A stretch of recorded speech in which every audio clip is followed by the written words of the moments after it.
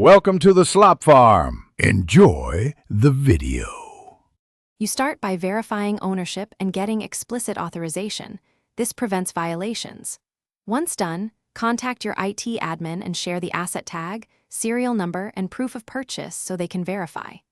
Make sure to request written approval that outlines what will change, because documented consent allows removal or transfer of controls lawfully. You will avoid data loss and security incidents by coordinating. If needed, schedule a maintenance window with IT so you can proceed without disrupting work or breaking policy. Once authorized, use the company's official MDM or endpoint management process to unenroll the device. Do not attempt third-party bypasses. You will need IT to revoke policies, push a removal profile, or perform a supervised unenroll. Those are the correct mechanisms.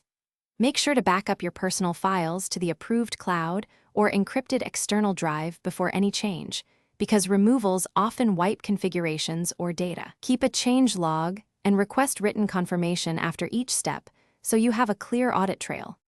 To finish, either complete an IT-supervised factory reset or follow the documented transfer procedure. You need their presence or remote session. Make sure corporate accounts, licenses, and remote wipe capabilities are deactivated first, and then confirm the OS and firmware are updated to a clean, supported state. Once done, have IT validate that the device no longer has corporate controls and update asset records. Troubleshooting tip: if the device still checks in, stop and escalate to IT. Do not try undocumented fixes yourself. Thanks for watching. Consider subscribing if we helped you today.